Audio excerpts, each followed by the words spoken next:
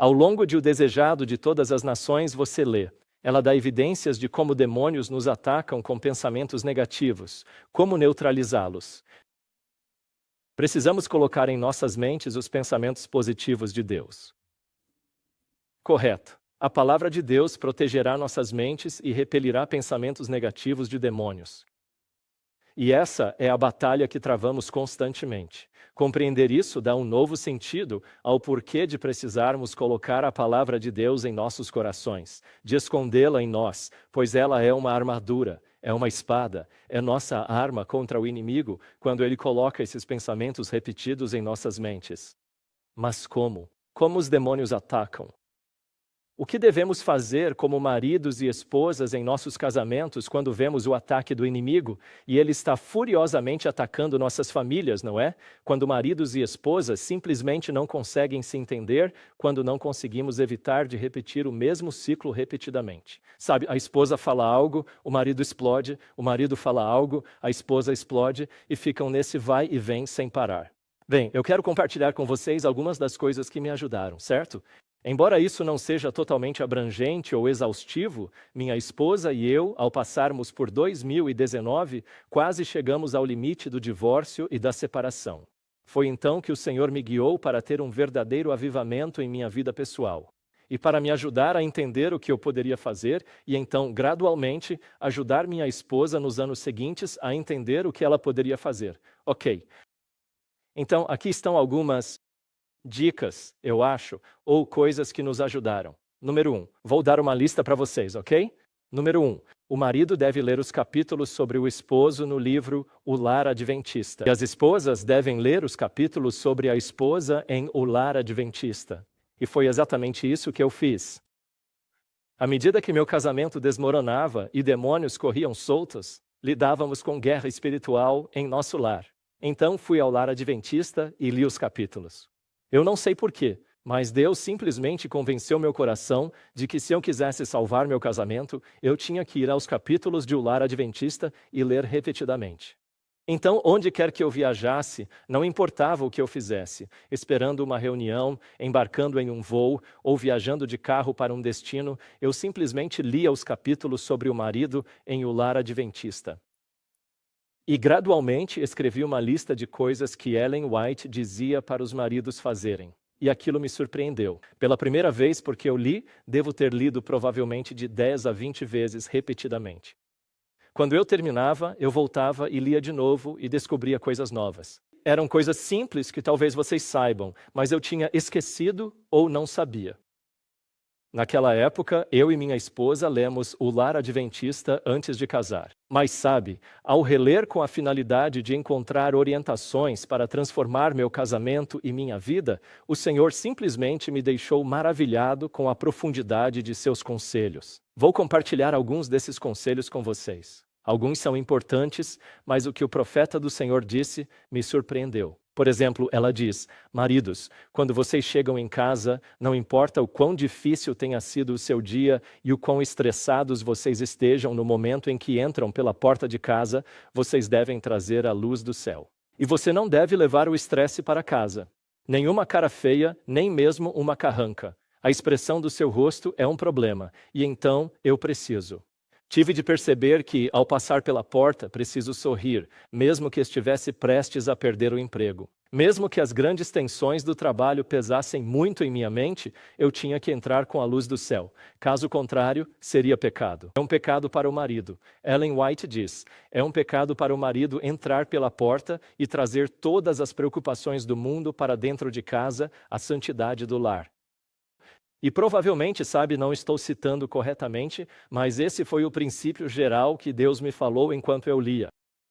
E então, aconselho você se ler. Se você busca solução e manual para seus problemas, maridos, leiam os capítulos sobre maridos repetidamente. Não 1 ou 2 vezes, mas 10 vezes. E ao ler 10 vezes, anote as instruções de Deus para você. Quais são as mudanças práticas que Ele deseja que você faça no seu comportamento como marido? Não é verdade? E ao mudar seu comportamento como marido, é o que chamamos de reforma. É o que chamamos de santificação. Ao mudar seu comportamento como marido, o comportamento da sua esposa começará a mudar, porque ela vê a mudança em você. Então, um dos livros mais fundamentais que achei é O Lar Adventista, mas só os capítulos sobre maridos, ok? Maridos e esposas não leiam os capítulos um do outro para criticarem. Isso é sobre o que você deve fazer e como você quer que Deus te mude.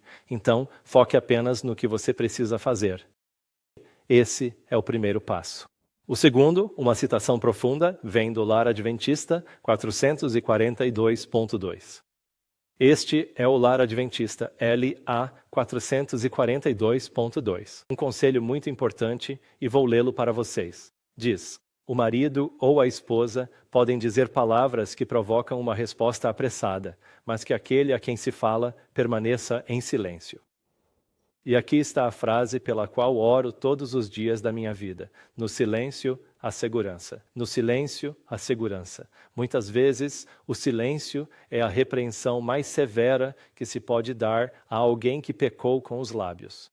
Então, eis a solução para um casal que vive discutindo, em conflito e sem saber como superar. Apenas memorizem estas palavras. São apenas 4 palavras. Na segurança existe silêncio. Silêncio são 5 palavras. No silêncio, a segurança. 4, certo? No silêncio, a segurança. Se são 5 palavras? 5, desculpe. No silêncio, a segurança. Vamos repetir juntos, especialmente vocês, maridos. No silêncio, a segurança. Memorize isso e leve para sempre com você. Se você decorar e orar nos momentos de intensidade, o Espírito Santo o trará à mente e você começará a fazer isso uma vez a cada 10 discussões. Ao memorizar, fará isso 2 vezes a cada 10 discussões. E ao crescer anualmente, fará isso 3, 4, 5 vezes a cada 10 discussões. O lar vai mudar, especialmente para os maridos. É importante que os maridos consigam fazer isso. E por que isso? Pois as palavras das mulheres não ferem homens como as palavras dos homens ferem mulheres. Porque os homens não são criaturas emocionais, não tanto. Alguns são, mas em geral, mulheres são criaturas mais sensíveis. Então, quando sua esposa te chama de estúpido, você pensa, ok, tudo bem. Mas quando você a chama de estúpida, ela sente essa palavra 10 vezes mais. E é por isso que ela não consegue te perdoar por mais um mês. Porque o que você pensa, e os maridos pensam, você me chamou de estúpido, por que não posso te chamar assim? Não percebemos que, ao chamá-las de estúpidas, sentem isso 10 vezes mais, pois são emotivas. E por isso, os maridos devem aprender a praticar isso muito mais do que as esposas, ok? Esposas, seria benéfico praticarem isso, mas para maridos, muito mais. No silêncio encontra-se a segurança, não é verdade? E é muito mais difícil para esposas ou mulheres controlarem as próprias palavras, pois elas são parte muito importante da vida. Nós, homens, podemos ficar muito tempo sem palavras. É mais fácil para os homens praticarem isso. Então, eu encorajo vocês, homens, a levarem isso a sério. No silêncio, a segurança. E tenho descoberto que, ao praticar isso, às vezes minha esposa, após umas poucas horas ou meio-dia de silêncio da minha parte, vem e me pede desculpas. Porque, pelo fato de eu não ter revidado, o Espírito Santo consegue trabalhar de maneira bem mais poderosa. E como sacerdote do lar, ao ficar em silêncio, estou permitindo que Deus faça o trabalho que eu quero que Ele faça. Aquilo que eu desejaria que acontecesse em casa, mas não consigo. Ou melhor, eu impeço isso toda vez que retruco com a minha boca. Eu impeço o Espírito Santo de ajudar minha esposa a mudar. A mudança tem que começar comigo. Eu tenho que orar, memorizar, pedir a Deus. Ajuda-me a lembrar sempre, no silêncio, a segurança. O próximo item na lista há uma oração específica para maridos. Então, ao ler os capítulos sobre maridos e esposas, Ellen White diz, faça esta oração, ore sempre, ou ore em diversas situações. Vou ler uma oração específica para maridos. É do Lar Adventista 214.2. Ela diz isso a eles, ok? Então, Ouçam. Quando você estiver quase cedendo, perdendo a paciência e o autocontrole, prestes a ser duro e a denunciar, a achar defeitos e acusar, esta é a hora de você enviar aos céus uma oração. A oração. E aqui ela vai nos dizer a oração. Ajuda-me, ó Deus, a resistir à tentação, tirar a amargura, ira e maledicência do meu coração. Dá-me a tua mansidão, a tua humildade, a tua longanimidade e o teu amor. Não me deixes desonrar meu Redentor, interpretando mal as palavras e os motivos de minha esposa, meus filhos e meus irmãos e irmãs na fé. Ajuda-me a ser gentil, compassivo, sensível e perdoador. Ajuda-me a ser um marido real em casa e a representar Cristo para os outros. Amém. E esta é a oração que ela quer que os maridos façam ao ponto de explodir. Terá que orar. E isso te lembrará. Então, memorize. Esta é outra oração que memorizo ou leio com frequência, pedindo a Deus que a traga à minha mente no momento em que estou prestes a explodir. Ok? Essa é a número 3. Quarto ponto. Aprenda a orar para que Deus possa, de alguma forma, conter os demônios que tentam o seu cônjuge. Cada um de nós tem demônios que nos tentam, nos instigam e tentam nos fazer reagir. E se estiver em casa, onde o cônjuge não é tão fiel ao Senhor ou não está tão interessado, ele pode dizer, bem, eu simplesmente não sinto. Eu não sinto mais a Deus. Ou eles podem, dizer coisas como, essa é a sua religião. Eu não creio na mesma religião que você, ou não preciso ser tão santo quanto você, ou não estou tão envolvido nisso quanto você. Aí você sabe que demônios os cercam para impedi-los de sentir convicção. Então pode argumentar ou persuadi-los. Deus te ama e você continua tentando convencê-los a se converterem. Mas enquanto eles estiverem, de alguma forma, apegados aos demônios que os cercam ou que estão ali, impedindo sua influência, você está travando uma batalha perdida. Então, ore para que Deus prenda os demônios que bloqueiam seu coração, para que Deus possa convencê-los. E à medida que Deus os convence, eles virão a você e dirão, sinto que preciso de Jesus. Você pode orar por mim? Eles responderão melhor. Então, se você sente que não está avançando, primeiro, mantenha-se em silêncio em momentos de intensidade, discussão ou paixão. Em segundo lugar, comece a orar para que Deus amarre os demônios. E ao amarrar os demônios que os cercam, Deus ajudará ambos a entrarem em sintonia, ok? Então, saiba que em todo lar há um demônio da discórdia agitando a todos, especialmente marido e mulher. E se eles não estiverem orando uns pelos outros e pedindo a Deus que repreenda os demônios na vida um do outro, então eles começarão a gerar todo tipo de mal-entendido e interpretação equivocada. Número 5. Ore para que Deus o ajude a ver seu cônjuge como vítima. Porque o pensamento demoníaco na maioria das nossas famílias é que a minha esposa é a minha inimiga e meu marido é meu inimigo. E muitas vezes minha esposa dizia, você venceu, ok? Você venceu, eu desisto. Quando eu apresentava coisas que ela não gostava de ouvir, na mente dela, os demônios diziam, esta é uma batalha entre marido e mulher e você vence e eu perco. Então, muitas vezes na mente dela, ou em todas as nossas mentes, é colocado que isso é uma batalha e um lado vence e o outro perde. Errado. Quando vocês, o casal, não entra em sintonia, quando não agimos em união como cônjuges, todo mundo perde. Exatamente. Nós perdemos em nosso casamento e nossos filhos perdem ao nos ver nesse conflito, e o demônio da discórdia vence.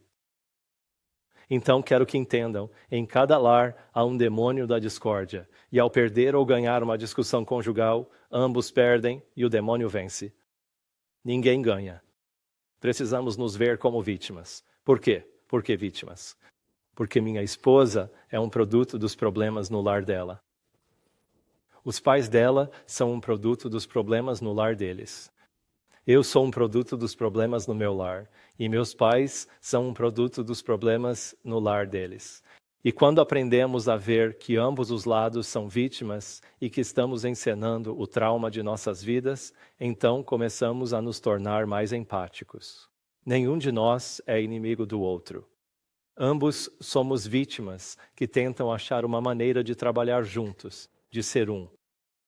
E como se aprende a ver um ao outro como vítima? Nós precisamos aprender a compreender e a nos abrir a respeito dos traumas em nossas vidas.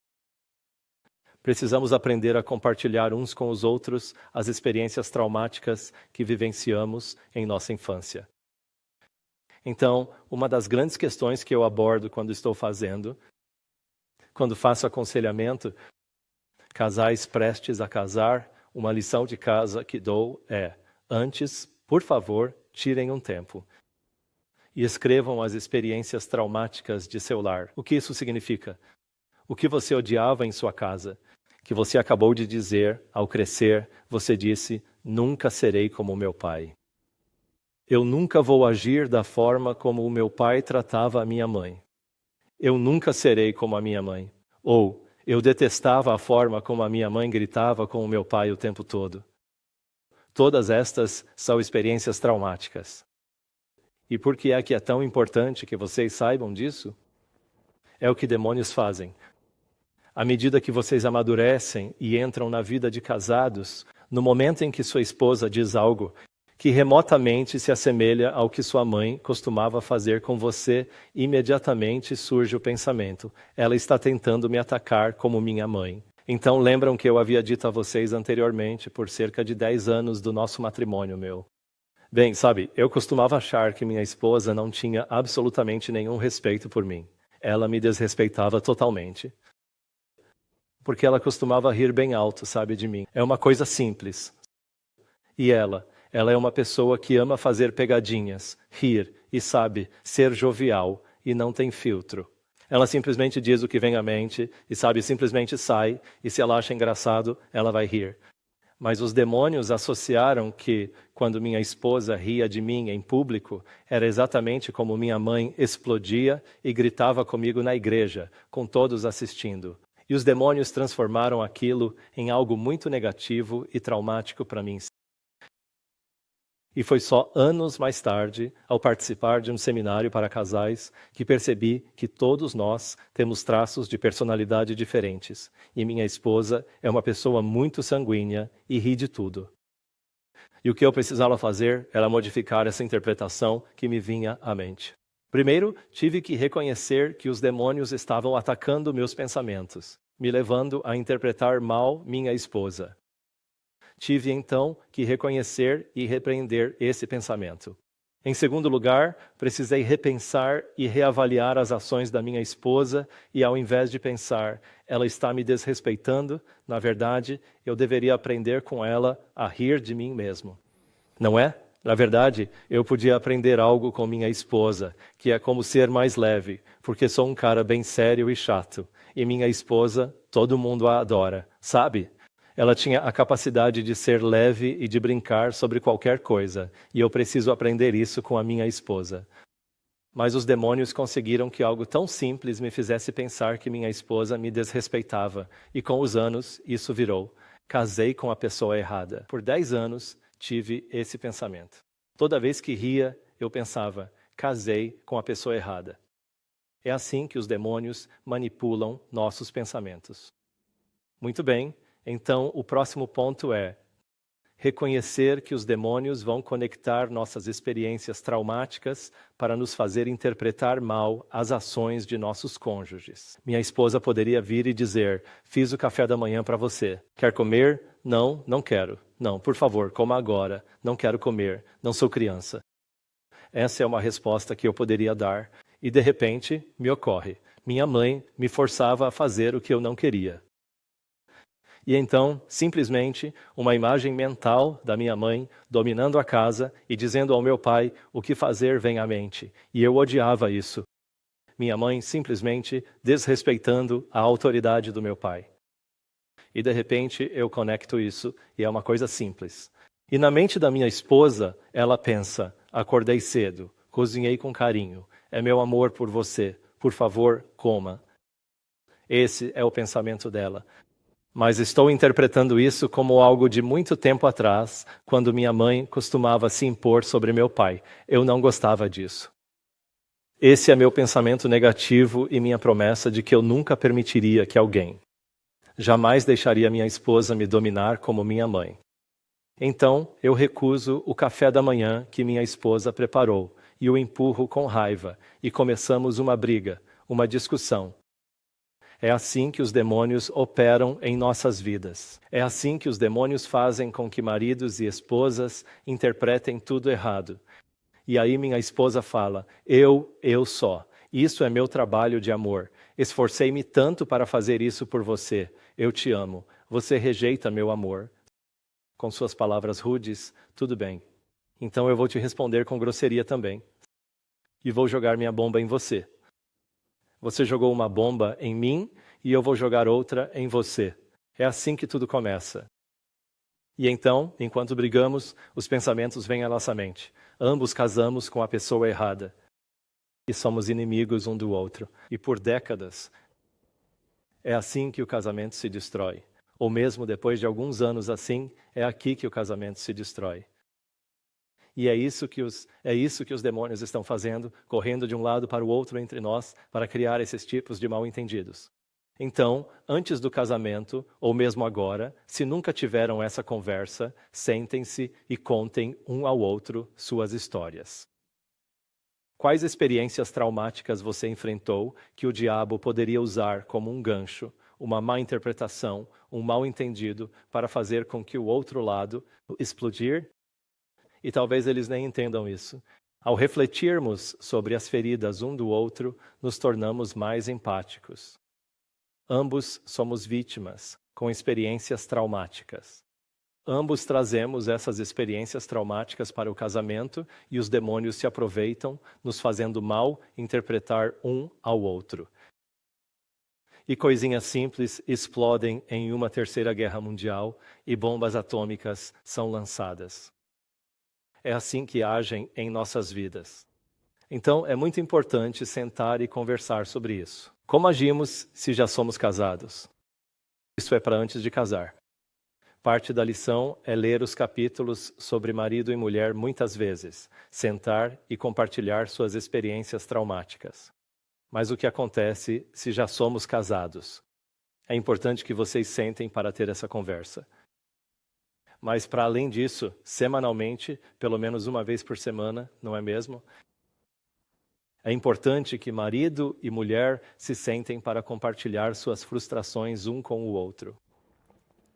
Então, marquem um tempo para se encontrarem, sentarem e desabafarem um com o outro. Eu fiquei chateado com você por isso, e também, sabe, por aquilo e aquilo. E não tivemos tempo de resolver isso, mas quero que saiba que fiquei realmente chateado com isso. E o outro lado diz: fiquei muito chateado com você por causa disso, e aquilo me frustrou demais, e fiquei muito irritado com isso.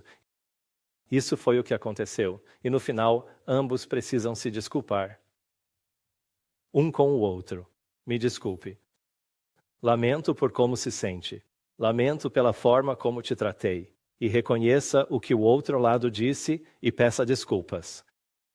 Não é preciso entrar em detalhes e ir a tribunal para decidir se os fatos estão certos ou não, porque, adivinha, ambos os lados têm uma percepção diferente sobre o assunto. Porque demônios nos alimentam e às vezes não sabemos os fatos.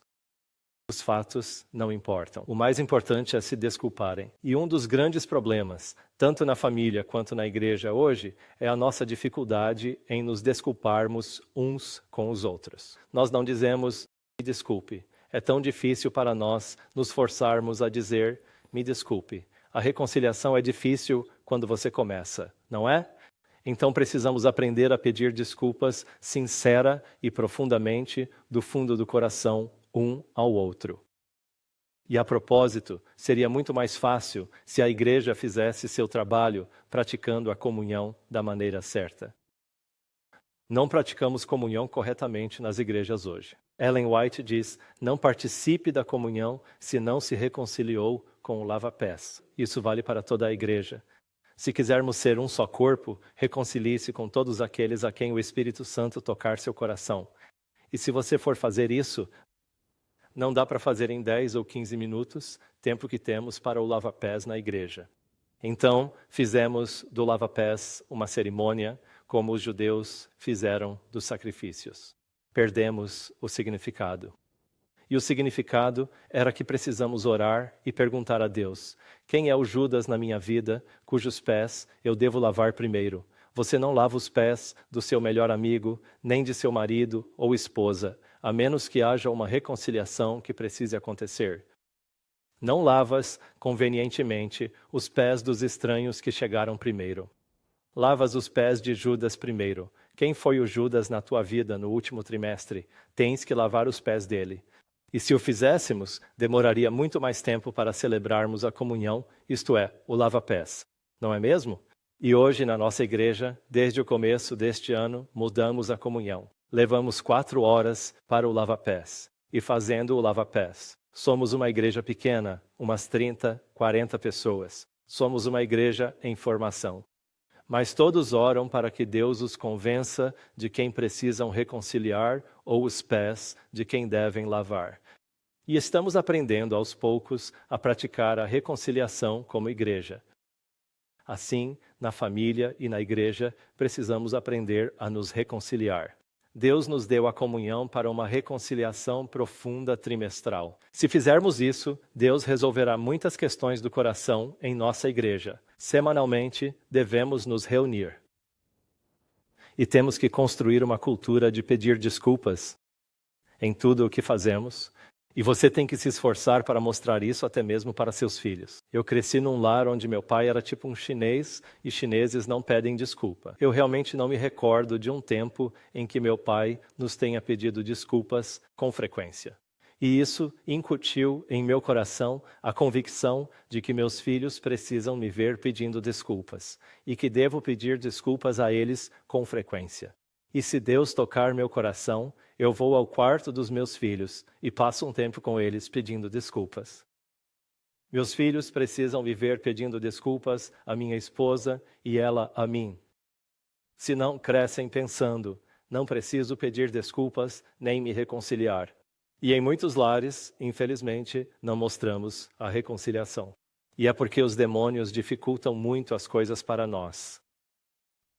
Na Bíblia, o melhor exemplo de reconciliação, mostrando a sua importância para Deus, é que, após 2 décadas, Deus fez Jacó retornar para se desculpar com Esaú. Era muito importante para Deus, porque Esaú não era para conquistar Esaú, pois ele nunca voltou ao Senhor.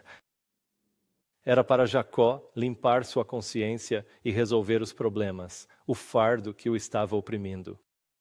Após 20 anos, Deus disse, volte para Esaú. Jacó perguntou, tem certeza? Ele respondeu, sim, e Jacó fica. Entra em pânico quando ouve que Esaú está vindo com 400 homens para matá-lo. Não era brincadeira. Mas à medida que ele se aproximava cada vez mais, Jacó luta com Deus para que ele mude o coração de Esaú. E para os que temem que a esposa não mude, se o coração dela mudará se eu pedir desculpas ou se só dificultará as coisas. Se ela vai apenas dizer outra coisa que me magoaria, pensem na história de Jacó e Esaú. Se orarem antes de se reconciliarem, se necessário, Deus enviará um anjo em seu sonho e dirá, melhor se reconciliar ou vou fazer algo. E quando Esaú chegou, Deus mudou seu coração e houve a cura que Jacó precisava na reconciliação. Portanto, a reconciliação é muito importante na igreja. Quase o único fator que impede o Espírito Santo.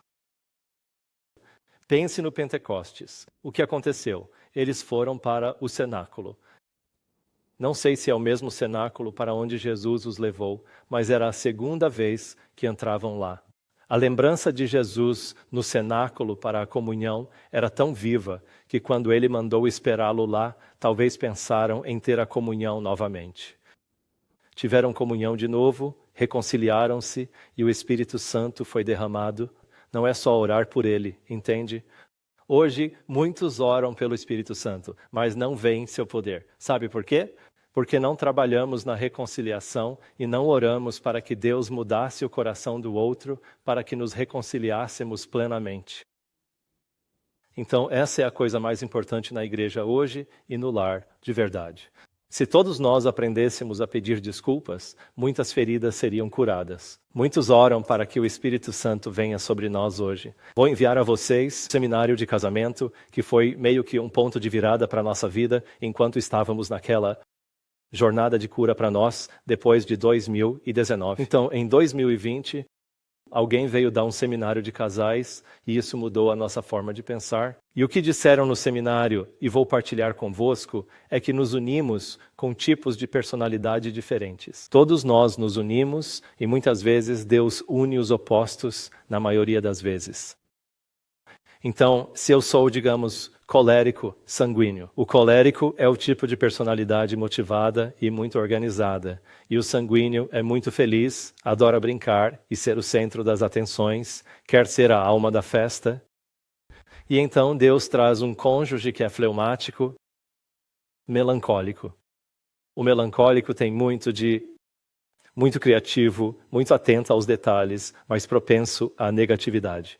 E o fleumático é bem introvertido e simplesmente não. De certo modo é. Tende a ser menos proativo em fazer as coisas e muito mais um seguidor. Assim que vocês se unem, os demônios começam a fazer você pensar. Não combinamos. Não combinamos. Sou colérico. Gosto de ser rápido a pensar e agir, fazer piadas. Sou extrovertido e carismático. Mas minha esposa é bem calma e de ritmo lento. Por que ela não pode ser como eu? Esse pensamento sempre nos ocorre. Por que ela não pode ser como eu? Sou rápido, penso rápido. Deixe-me dar um exemplo. Quando nossa filha ia nascer, chamei minha esposa, sentamos e eu disse a ela: nossa filha está prestes a nascer. Planeio os próximos 5 a 10 anos. O que faremos pela nossa filha? Onde vai estudar? Como queremos implementar nossa disciplina e estrutura? Qual é a visão para tudo isso? E minha esposa respondeu: não sei. Não pensei. Eu digo: certo, aqui estão minhas ideias. Começo a dizê-las e anoto. Eu crio uma estrutura, que é o que faço, e minha esposa começa a bocejar. E passados uns 10 minutos, ela pergunta: já posso ir para a cama? E nesse exato momento, o demônio da discórdia entrou na minha mente e disse: casaste com a pessoa errada. E colocou na minha mente que não existe conexão com a minha esposa. Nós não somos almas gêmeas. Irmãos, isso é uma falácia, é uma mentira. Ok? Não existe essa tal de conexão mágica. É preciso trabalhar nela, certo? E Deus, de fato, une os opostos porque Ele deseja que o outro lado nos complemente e nos complete, não é mesmo? Se Deus me desse alguém com as mesmas habilidades que eu, para que tivéssemos uma conexão mágica, onde eu dissesse algo e ela completasse a frase, seríamos unidimensionais. Contudo, nos anos seguintes, sobretudo depois de darmos início a um ministério de restaurante, muitos jovens e obreiros bíblicos têm vindo à nossa casa e nós nos tornamos os seus pais adotivos. Foi assim que percebi que a minha esposa cozinha excelentemente bem. E percebi que, e Ellen White diz que o talento culinário vale 10 talentos.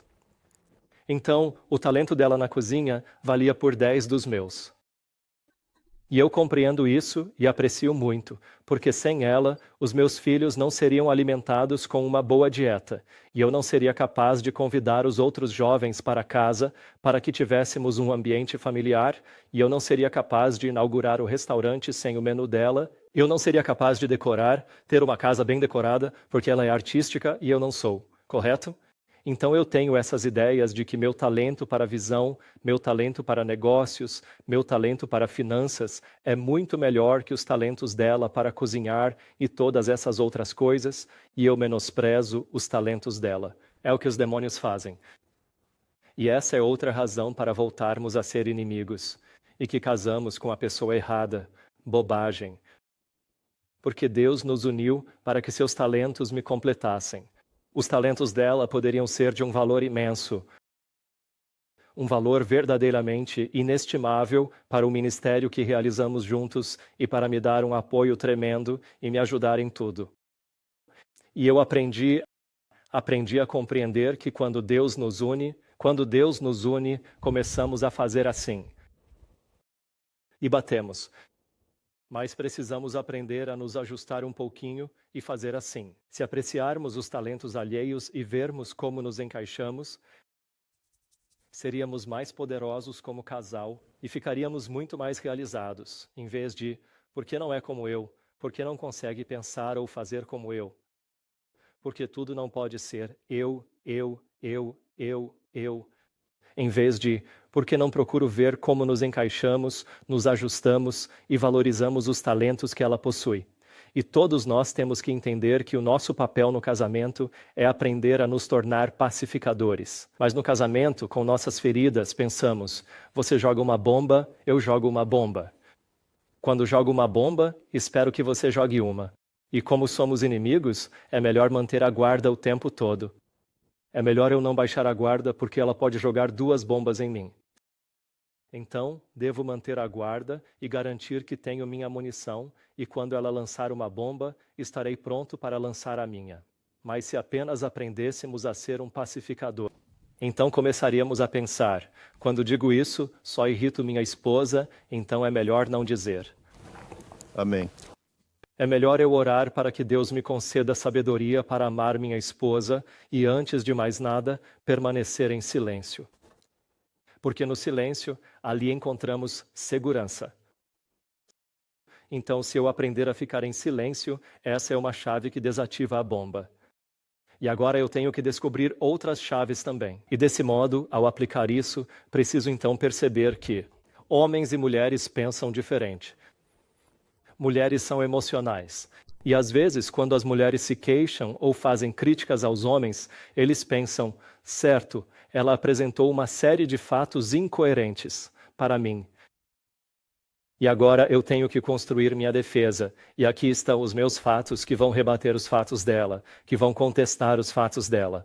E de repente, não somos apenas inimigos, estamos num tribunal. E ela acabou de dizer todas essas coisas que considero completamente insanas, e vou me ausentar, coletar meus fatos, porque sou mais lógico, e os apresentarei a ela.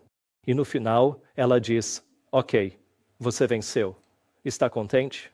E ela simplesmente se retira. E eu ganhei a discussão, mas perdi o casamento. Eu perdi a guerra.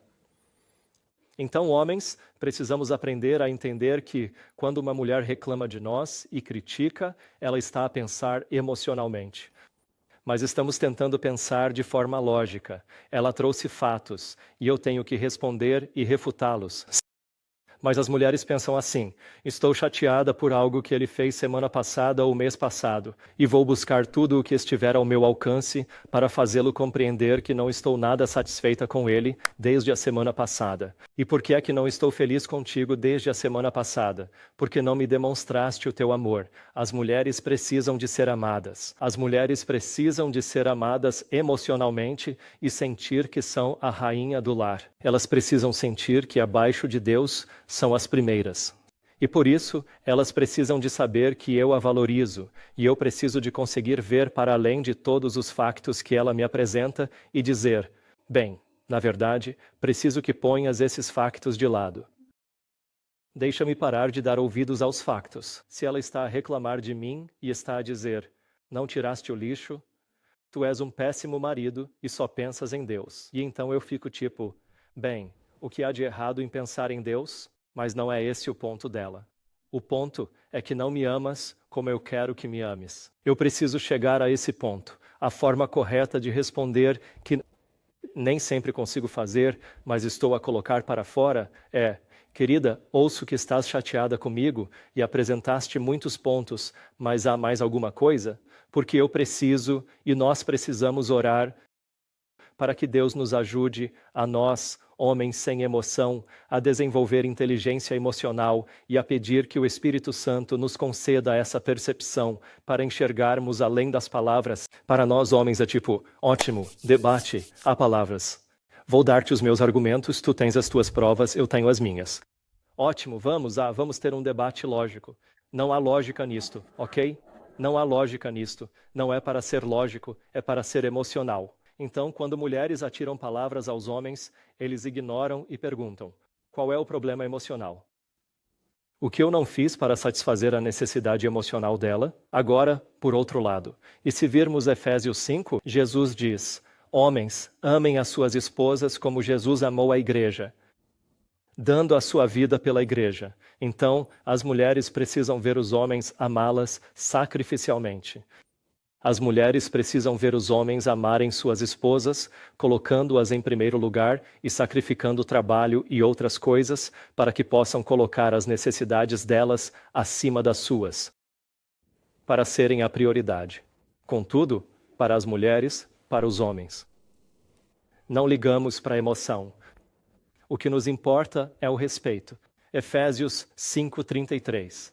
Deixe-me ler. Efésios, capítulo 5, versículo 33, se puderem abrir lá. Efésios, capítulo 5, versículo 33, diz: contudo, cada um de vocês ame sua esposa como a si mesmo. Isso é para os maridos, mas para a esposa. E a esposa que reverencie seu marido. O que isso significa? A forma como um homem interpreta o amor é quando a sua mulher o adora. Essa palavra se usa para o povo de Deus e como devem tratar o pai. Reverência. E mulheres, esposas, quando vocês ensinam os seus filhos a desrespeitar o pai deles, irão à igreja e desrespeitarão a Deus, o pai. É por isso que não temos reverência na igreja, porque as mães, em sua dor, e há um ciclo vicioso. Como os maridos não as amaram sacrificialmente, não supriram sua necessidade de amor para serem a rainha do lar, o centro das atenções do homem, elas respondem despejando sua dor nos filhos. Elas dizem aos filhos: o pai é um inútil, nunca faz nada em casa. O pai, e assim elas despejam nos filhos todos os seus argumentos sem nexo. As crianças crescem pensando: ah, sim, o pai é um inútil. Ah, sim, o pai, sabe, nos divertimos mais quando ele não está por perto. Ah, sim, quando o pai chega, mentir e esconder é melhor, pois a mãe disse para não confiarmos nele. E assim nós desenvolvemos. E as mulheres, as esposas, respondem minando o respeito e a credibilidade dos maridos. E essa é a maneira como vocês reagem. Mas os homens precisam de respeito. Os homens precisam ser reverenciados. Os homens precisam saber que sua esposa os admira. E é por isso que costumo guiar casais jovens, especialmente os homens.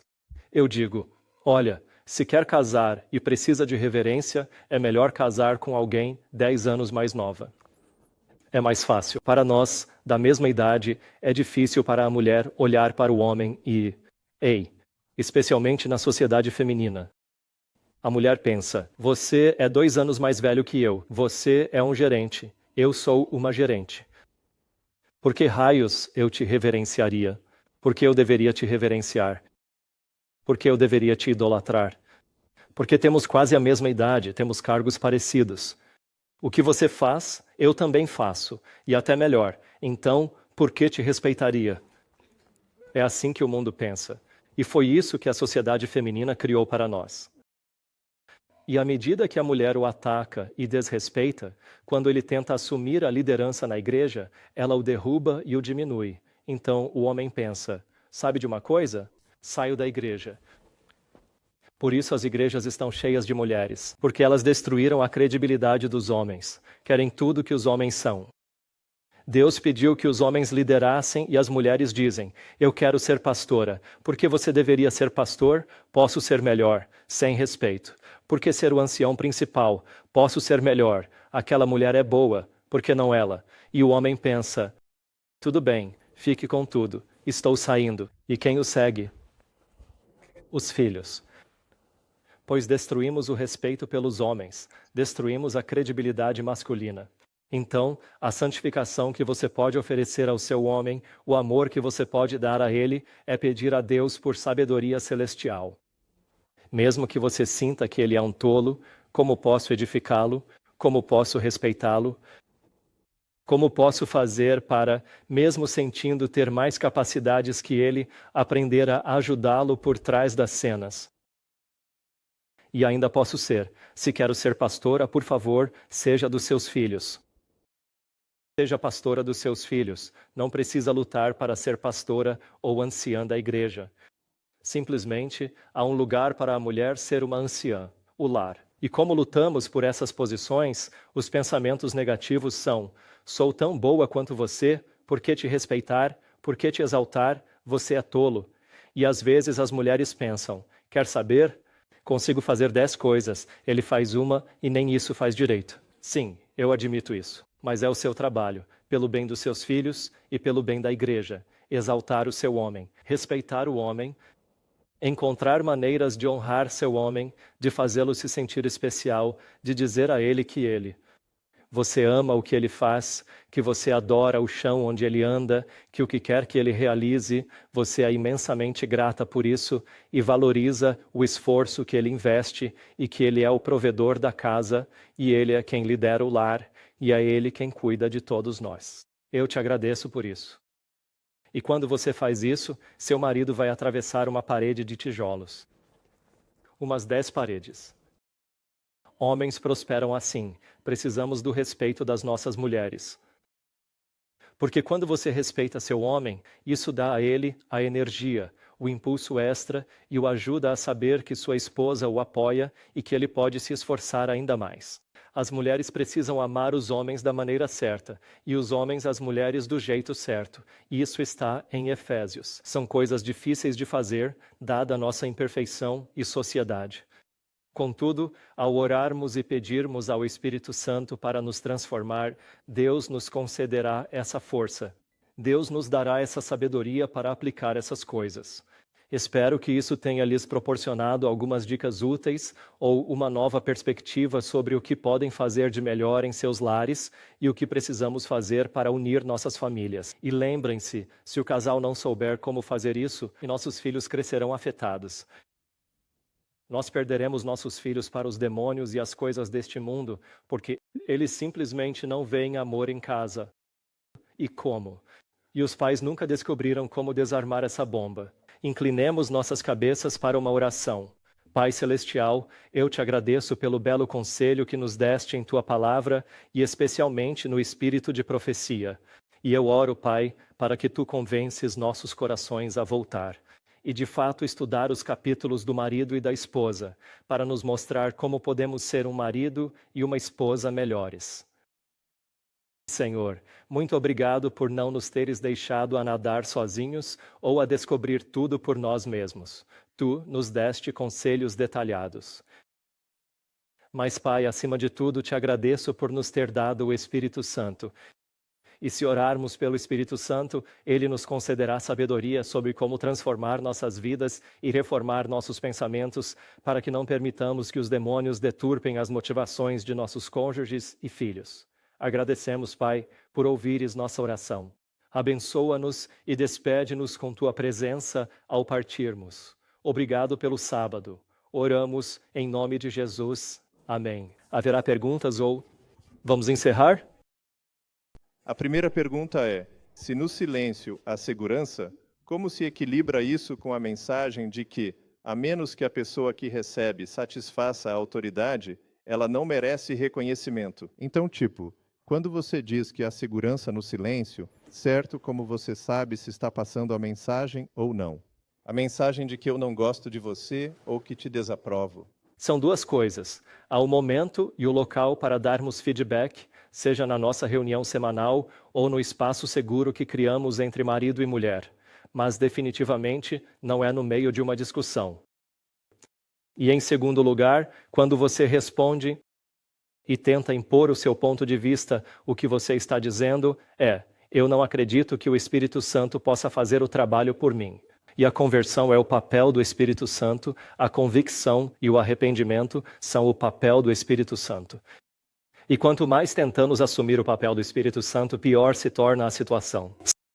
Então, se ficamos em silêncio, da minha experiência, talvez outros tenham uma diferente, mas eu permito que o Espírito Santo atue mais poderosamente. E o Espírito Santo pode então convencer o coração, porque se eu tentar começar a me defender, isso vale para tudo, não só entre cônjuges, mas também entre amigos. Se você sente que precisa se justificar e defender seu ponto de vista, no final, todos podem sair perdendo, mas se eu ficar em silêncio e orar, o Espírito Santo tocará o coração e trará convicção, e lentamente eles serão capazes de saber que eles têm que, você sabe, talvez eles estejam errados. Ok, a próxima pergunta é: o que eu faço se meu marido for agnóstico? É uma situação de julgo desigual.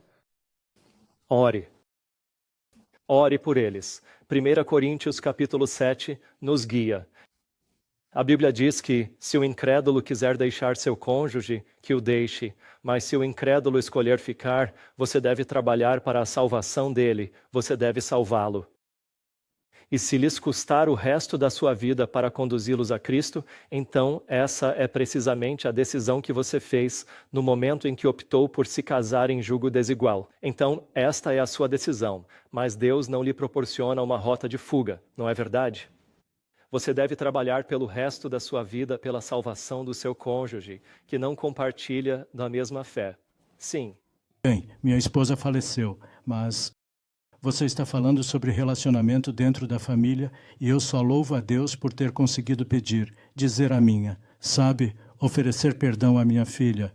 E estou convencido de que devo orar muito mais por ela, de forma constante por ela, sabe, o véu, os ataques do diabo. Mas o que também me preocupa é minha cunhada, e vou passar um tempo com eles esta semana e na próxima. A mensagem que ouço da minha cunhada e que afeta tanto meu irmão é, sorrindo, ela diz: "Você é estúpido, Luiz. Jesus não foi compreendido por seus irmãos, sua família. Eles disseram: você está louco, não devia ter o direito de tomar suas próprias decisões.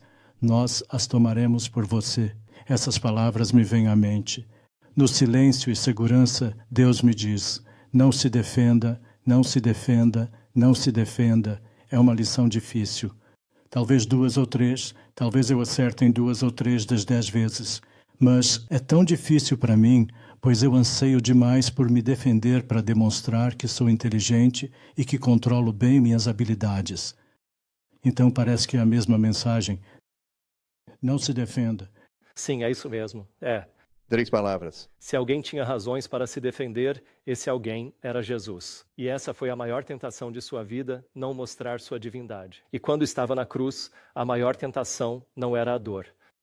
A maior tentação para ele era não descer da cruz e piscar os olhos, e os anjos do céu viriam e destruiriam todos que estavam lá. Então, se Deus. Precisamos de um silêncio semelhante ao de Deus.